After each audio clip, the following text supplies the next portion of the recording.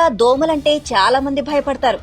ఈ దోమ కాటుతో malaria, మెదడువాపు, filaria, dengue జ్వరం, చికున్ గున్యా లాంటి పలు రోగాలు వచ్చే అవకాశం ఉంటుంది. అందుకే చాలా దేశాల్లో దోమల నివారణకు కఠినమైన చర్యలు తీసుకుంటారు.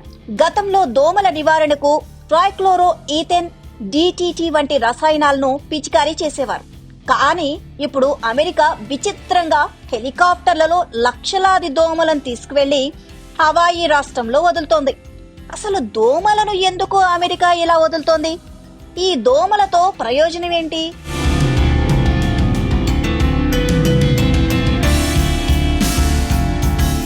సాధారణంగా దోమలు ఎక్కడ పడితే అక్కడ కనిపించే కీటకం. ఇది మనుషుల రక్తం తాగి బతుకుతుంది. ఇలా రక్తాన్ని తాగేటప్పుడు శరీరంలోకి కొన్ని క్రిములను కూడా వదులుతుంది. ఈ క్రిముల వల్లనే వ్యాధులు సంభవిస్తాయి.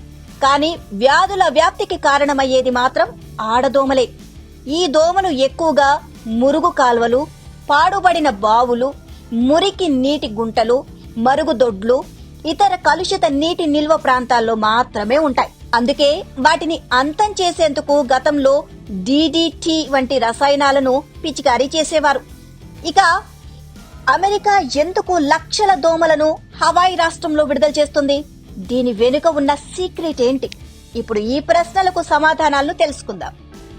అమెరికాలోని 50 రాష్ట్రాల్లో హవాయి ఒకటి. ఈ రాష్ట్రం దీవుల సమూహం. ఇది పశ్చిమ పసిఫిక్ మహాసముద్రంలో ఉంటుంది.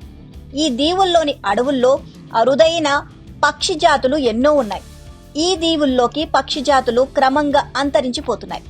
ఇప్పటికే 33 రకాల పక్షి జాతులు అంతరించిపోయినట్లు స్థానిక ప్రభుత్వం గుర్తించింది. మరో 17 రకాల పక్షి జాతులు ఇప్పుడు ముప్పును ఎదుర్కొంటున్నాయి. వాటిలో కొన్ని మరో ఏడాదిలోనే కనుమరుగయ్యే ప్రమాదం పొంచి ఉంది. పక్షి జాతి ఎంత వేగంగా అంతరించిపోతుందో తెలుసుకోవడానికి అకికి అనే పక్షి జాతిని గమనించాల్సిందే. అకికి అనే పక్షుల సంఖ్య 2018 నాటికి 450 ఉండగా 2023 నాటికి కేవలం 5 మాత్రమే మిగిలాయి. ఇప్పుడు ఒక పక్షి బతికి ఉన్నట్లు అంచనా వేస్తున్నారు. ఈ పక్షులను వాటిని కాపాడుకునేందుకు ఆ రాష్ట్ర పాలనా యంత్రాంగం వినూత్న చర్యలు చేపట్టింది. బ్యాక్టీరియాతో కూడిన లక్షలాది దోమలను హెలికాప్టర్లు వదులుతోంది.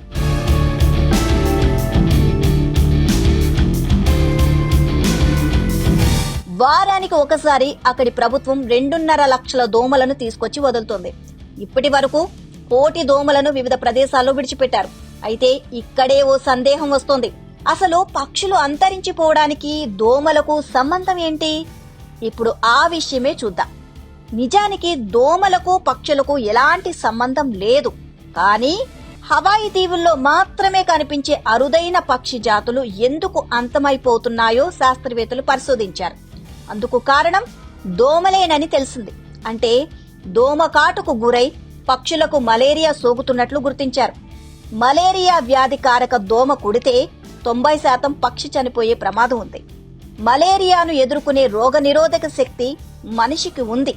కానీ అక్కడి పక్షులకు రోగనిరోధక శక్తి లేకపోవడంతో మలేరియా సోకి మృత్యువాత పడుతున్నాయి.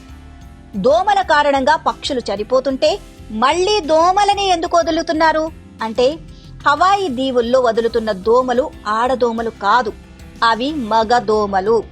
అవి కూడా జెనెటికల్ గా మార్పు చేసిన దోమలు.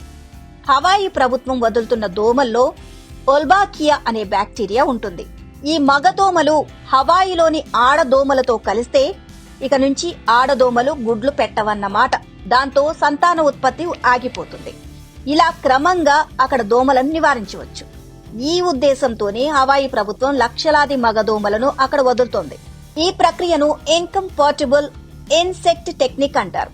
అమెరికా నేషనల్ పార్క్ సర్వీస్ సహాయంతో హవాయి రాష్ట్ర ప్రభుత్వం ఈ ప్రాజెక్టును చేపట్టింది. చైనా, మెక్సికోలో దోమల సంఖ్యను తగ్గించేందుకు ఇదే విధానాన్ని అనుసరించారు.